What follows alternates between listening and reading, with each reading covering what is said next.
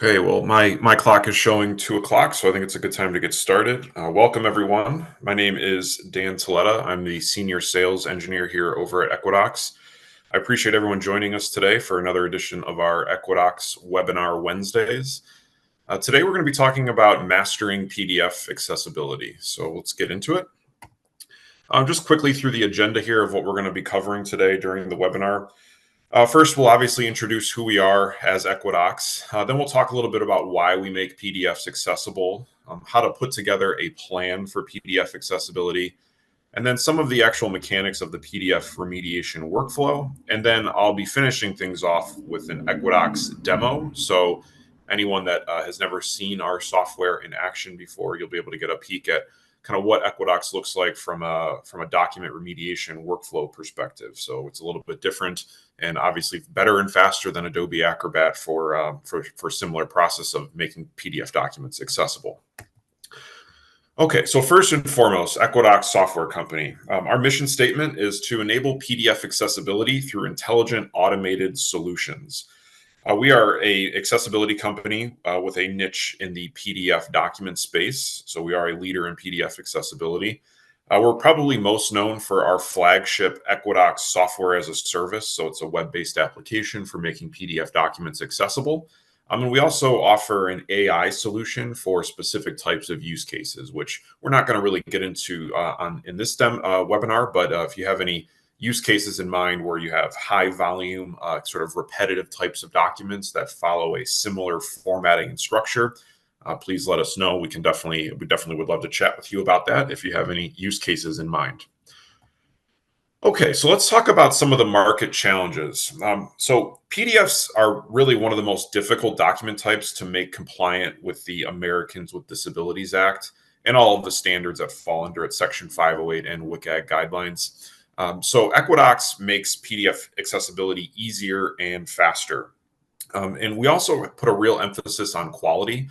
Because Equidox is much easier to use than a competitive tool like Adobe Acrobat, it allows you to get through a larger volume of pages and documents. It's easier to use, so you can put the power of the tool into a much larger group of users. You no longer have to silo this to just a handful of resident experts in your organization. You can really have everyone being more responsible for the content that they create.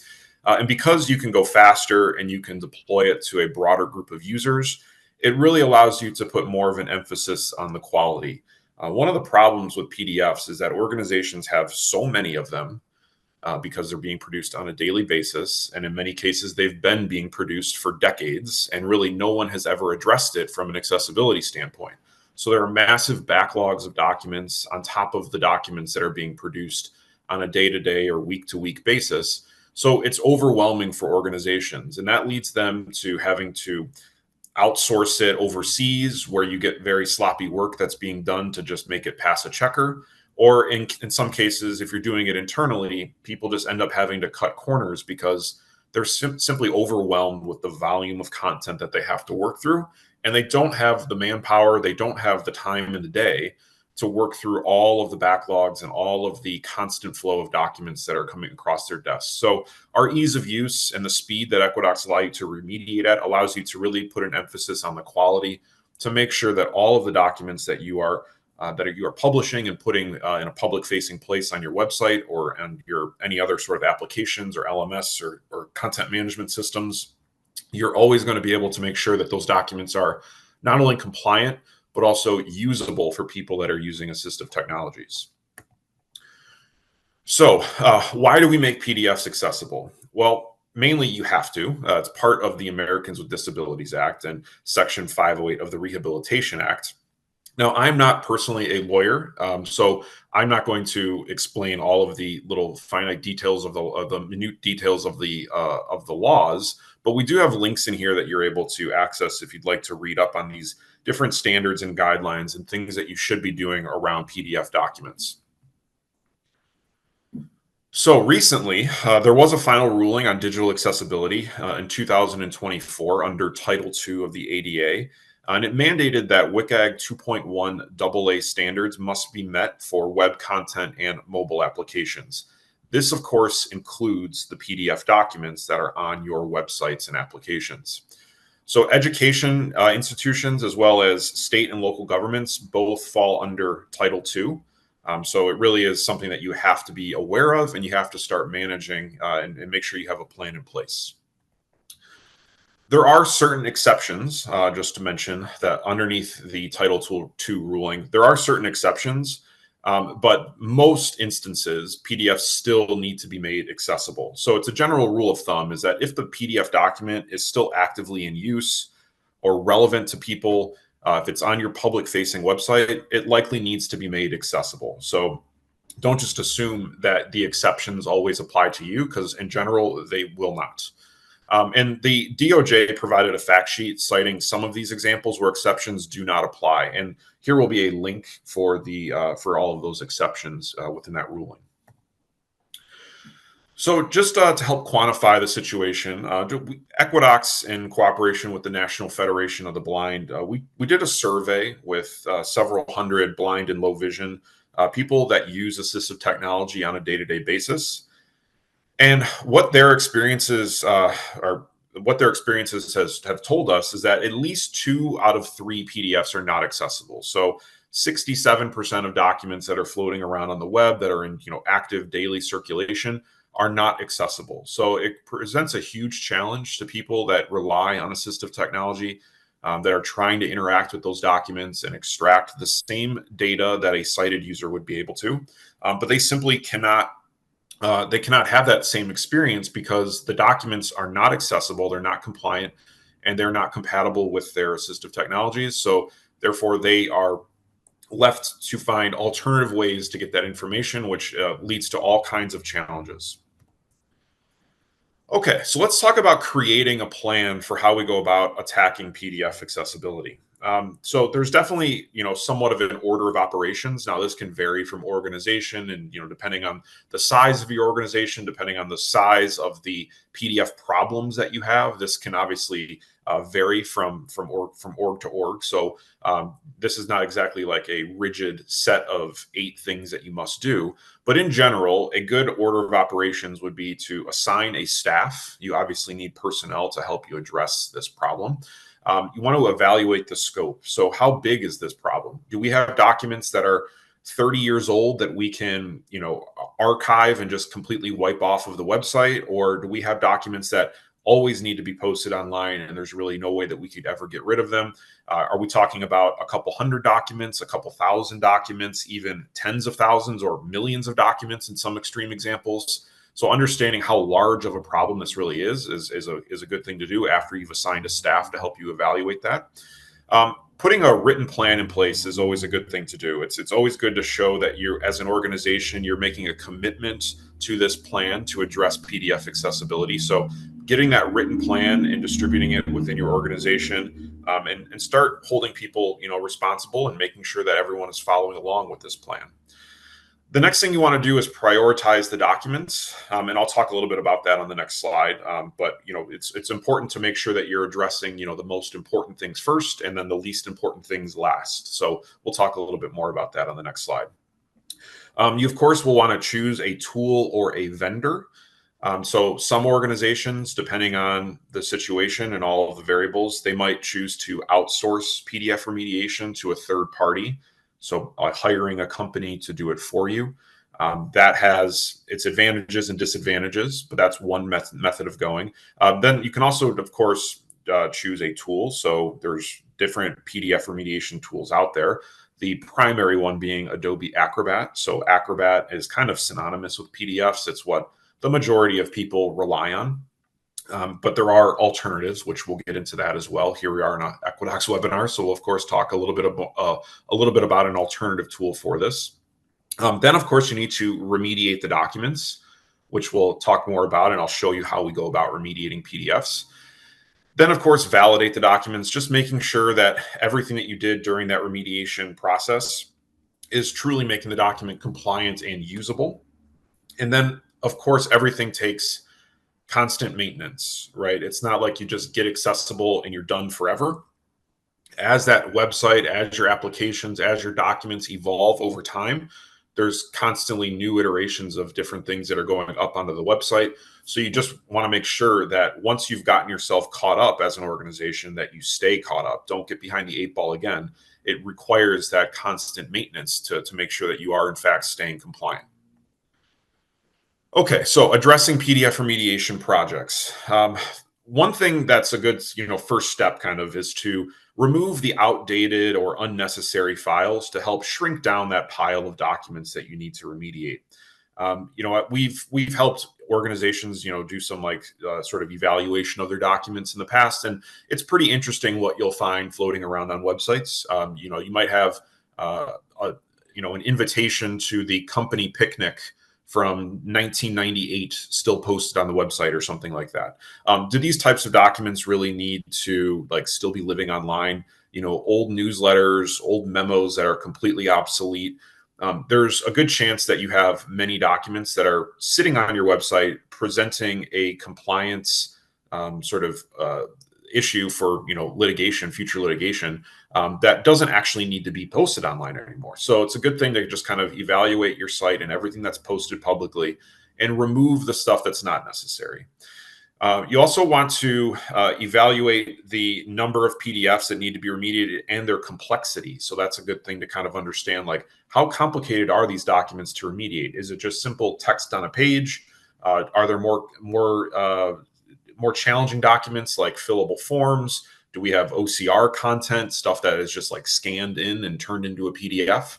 And then also decide what will be done in-house and what will be outsourced. So if you do decide to go with a mixed approach of outsourcing some and doing some in-house, or vice versa, you can, making sure that you have your handle around what exactly you want to ship out overseas versus what you would like to just keep in-house. Okay, and I also mentioned we would talk a little bit about how to go about prioritizing documents. Just at a high level, our general recommendation would be to start with the content that is the most frequently used. So if you have, let's say, a document that is just front and center on your website, that when someone comes to your website, there's a good chance they're going to open that document up. You really want to make sure that that PDF is made accessible, because that's going to impact the most amount of people. The most recent content, so if the stuff that's the newest, the latest and greatest, you of course want to put that as kind of a high priority document to make accessible, because it's the most up-to-date content on your site. And then from there, you would probably work towards the lowest complexity. So what I mean by that is the easiest stuff to remediate. The reason I would put that rather as the third element on the list here, instead of putting it towards the end, is because you want to be able to get through the largest amount of pages possible in the shortest amount of time, because that, again, is going to be more impactful. And then everything else, that would be your old documents, your really complicated documents that are going to be more time consuming to remediate. I would put those towards the end, because those are probably going to have the least impact on the majority of people. So that's kind of our general recommendation for how you go about approaching this. But of course, there's always variables that come into play for every unique organization. So this is not exactly a rigid set of rules, but this is our general recommendation and a good place to start when you're evaluating the scope of your project. Okay, so when I go through the actual demonstration today, you're going to hear me talk a lot about tags. And just if anyone is not aware of what tags are or how they work, all elements on a page require a digital identifier known as a tag to be read by assistive technology. So different elements on different PDFs are going to be tagged in different ways. Some of the primary tags that you'll see a lot of are things like text, images, headings, links, lists, tables, and of course, the reading order of all of the content on the page is very important as well. So these different tags are a way of organizing the information on the page to make sure that the screen reader is going to navigate this document and read the content in the same way that a sighted user would read this page.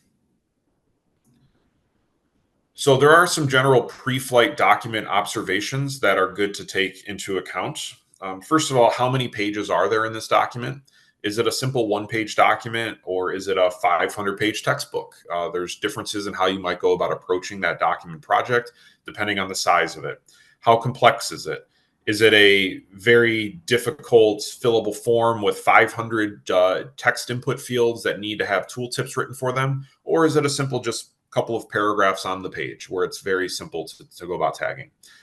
Is the design and the formatting of the document consistent throughout, or is it some sort of like Frankenstein document, which was, brought together from 3 different sources and it was all just strung together as one PDF document? Is there existing tag structure? So if the tags are there, are they worth keeping, or are they tags that really you ought to just get rid of and kind of throw away and start over from scratch? It's always case by case with PDFs. You don't always know.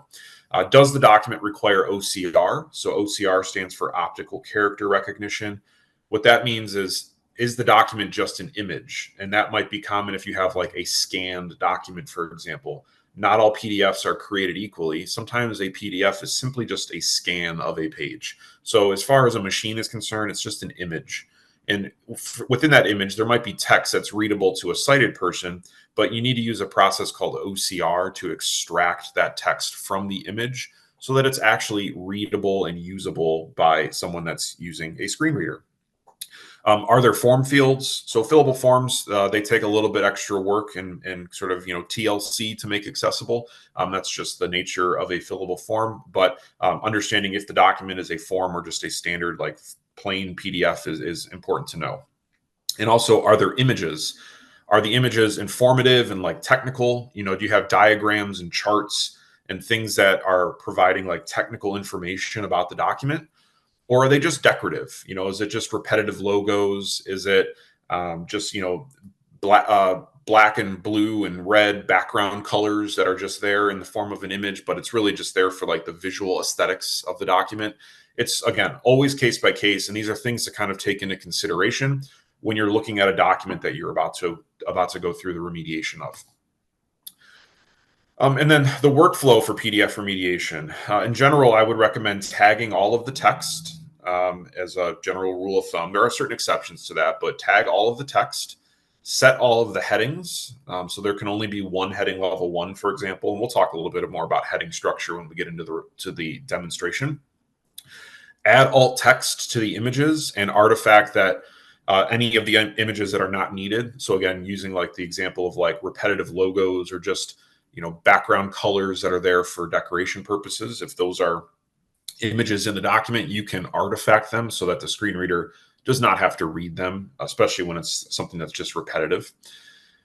Tagging the lists, tagging the tables, making sure that all of the hyperlinks are going to be going to the correct URL or the correct destination, wherever they're bound for. Set the reading order for each page. That's, of course, critical. Even if the tags are accurate, the tags must be read in the correct order, or else it can render the entire page useless. Imagine a 3-column article where the screen reader is just reading clear across the 3 columns.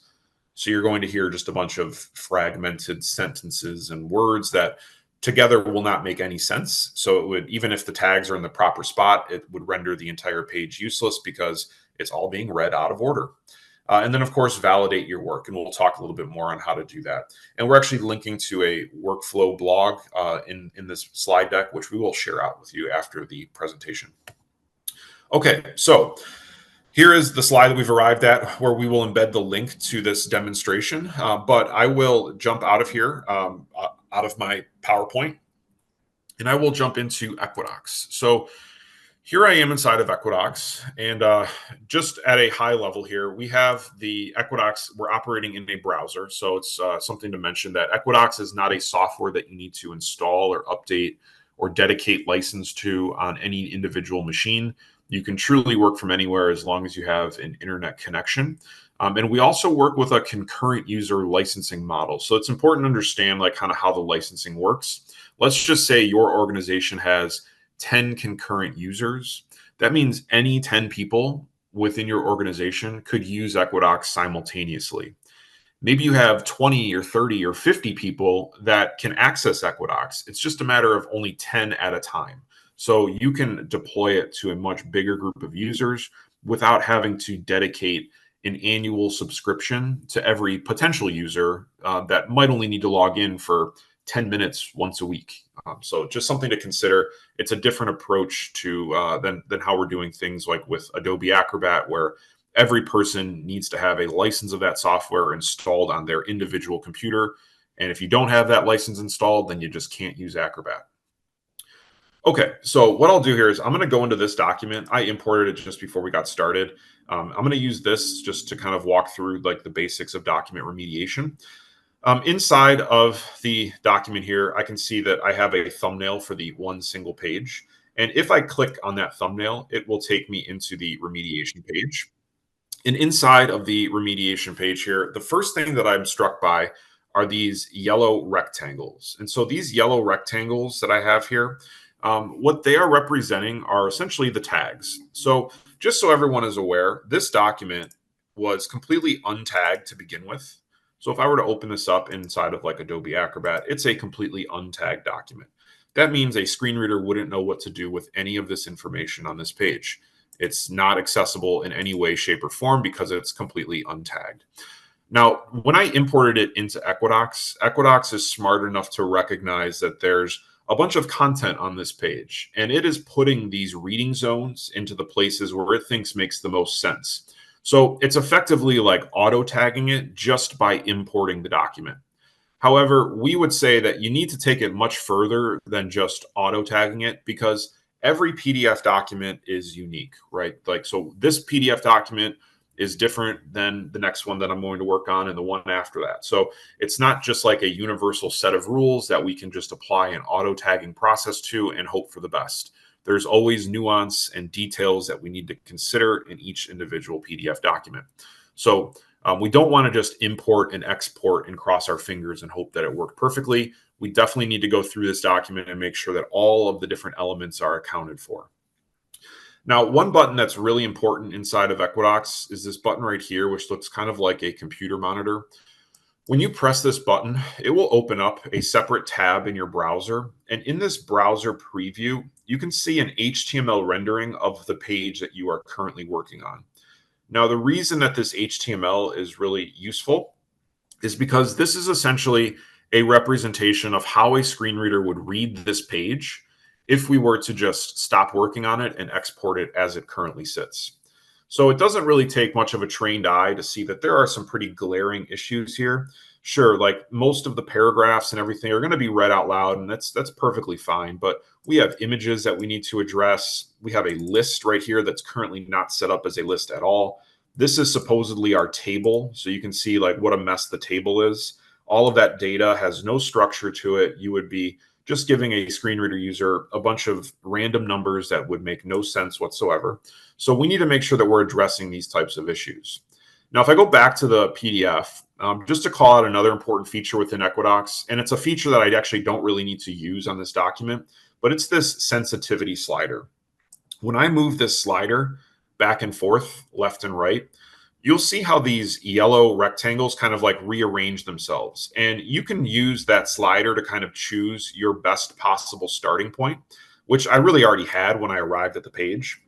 But if you want to move this around and see if it can do any better, it just gives you a chance to see if there's like a more optimal place to begin your work from, where you'll have less work to do with the individual elements. So just for example, like if you were to bring this way over to the right, it takes kind of like a 10,000 foot view of the page.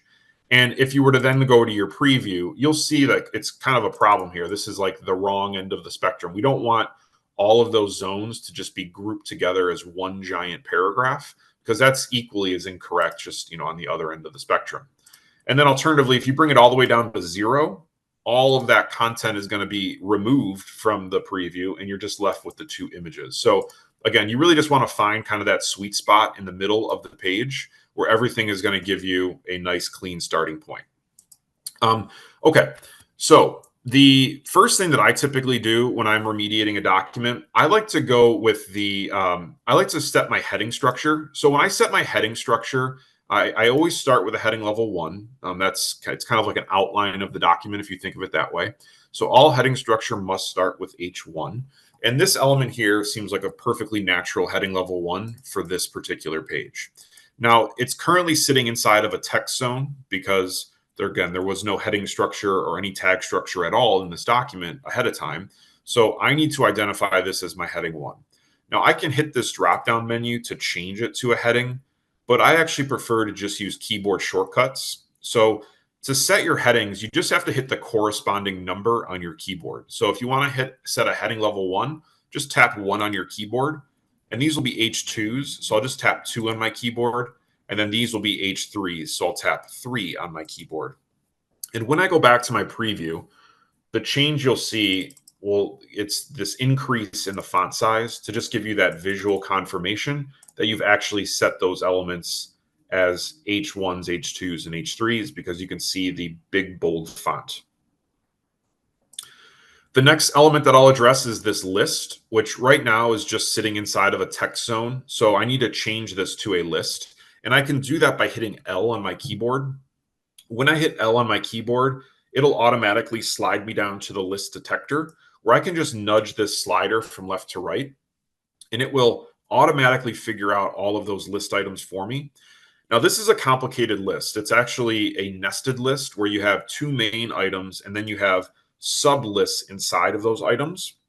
So from a tagging perspective, to do this manually in Adobe Acrobat, if anyone's never done a nested list in Adobe Acrobat before, you're literally looking at like 15 minutes of work for just this little list right here. We in Equidox can reduce that to, I don't know, how long does it take to hit L and nudge the slider? Maybe 5 seconds. So you can imagine how much time you would save, over the course of just even one document. You're saving yourself probably close to 15 minutes on this list right here. So you can see again that you have like the exact same structure in this list as you do from the PDF itself. This element here is our table, which right now is kind of a mess. You can probably tell we don't want individual zones covering up all of the different cells. That's what leads us to this terrible looking structure here where it's just a bunch of random numbers. But we can, of course, fix that. So what I'm going to do is I'm just going to put a zone right on top of that entire table by clicking and dragging. And then if I hit T on my keyboard, T for table, I can then double click on the table zone. And if I then look at just the table now, isolating it inside of the table editor, I can see these green grid lines here, which you're free to drag around if you'd like, but you can also use the table detector. So you're probably seeing the theme here of these very easy to use sliders. When you just nudge the sliders from left to right, it will wake up the artificial intelligence. And you can probably tell that these green grid lines are now in the perfect locations. So everything is in line with its row and column. If I go to the preview just after making that quick change, you'll see we've made a pretty dramatic difference. Instead of having whatever all this is, we actually have something that looks very similar to a table. I do have 2 little things that I need to correct, though, mainly the column headers here. If I just hold Shift on my keyboard while I select the cells, I can span across all of those cells. So that way I'm not duplicating numbers, and I'm making sure that 23 and 24 actually straddle the 4 sub columns that they are the column header for. And also this table has 2 levels of column headers. So I just want to hit my up arrow over here to change the default 1 column header to 2. And if I were to go back to my preview, what I'll find is now the second row, which is represented by that bold font, also has that is also going to be tagged as a table header. So all I have to do is save the table and close out of it. And all of those individual zones that I had before, they have been overridden by the table. So now I have just a single table zone on top of everything. And all of the little individual things were removed that I had there before, the individual text zones. The images, not to spend too much time on these because these images are very simple. Just for this Equidox logo, I'm simply going to just call it the Equidox logo over here in the alt description field. And this is just really a similar rendering of that logo, but it has a dog in the picture. I would argue that this is just a decorative image. It's there to just kind of take up space. So if I just simply hit, I can hit backspace on my keyboard to get rid of that image, so you can see the zone itself disappears. And if you go to the HTML preview, again, you'll see that now we've kind of cleaned things up quite a bit. One thing that I'm noticing is that my footer has somehow jumped in front of my table. And the reason why is when I added that table zone, it just naturally became the last zone on the page, which is what this little number indicates. So if I hit reorder and refresh the preview, you'll see now I have my table in the proper spot and the footer comes at the very bottom. And so just reordering the page, it will by default reorder it in a top to bottom way. You also have different options for multiple column layouts as well. So it just depends on what the page is calling for. So now this document is fully accessible. It's fully readable. It's fully compliant. All I would need to do is go to the export tab and hit generate PDF, and it will produce this brand new document for me, which is going to be fully tagged from start to finish, just like I saw in my HTML preview. And if I were to open this up in my Acrobat application, I'll be able to show you the tags if Acrobat will wake up. Of course, it will sleep on me. Let's download it, I guess. So this is the new one that I just created. And you can see this document is fully tagged. All right, so excuse me, wrong X, want to hit this one. So back to the slide deck. We'll just wrap things up here just in the interest of time. Let's see, we are on this one here. So we have a few links to relevant articles here, just kind of more information, more in-depth stuff based on what we were talking about here. And that's going to conclude our webinar for today. So again, we are Equidox. You can reach out to us at equidoxsales@equidox.co. That's just like a general sales email address if you'd like to reach out. Our phone number is 216-529-3030. Of course, you can find us at www.equidox.co. And we're very active on social media. So follow us on LinkedIn, X, YouTube, Facebook, any of your preferred platforms. And we are always happy to take individual calls. If you'd like to just reach out and have a deeper discussion about your specific needs around PDF remediation, or to see a more personalized demo, even using your own documents, we'd be happy to accommodate that. So please don't hesitate to reach out. So thank you very much, everyone. Have a great rest of your Wednesday afternoon. For more information about how Equidox Software Company can help you with PDF accessibility, email us at equidoxsales@equidox.co or give us a call at 216-529-3030 or visit our website at www.equidox.co.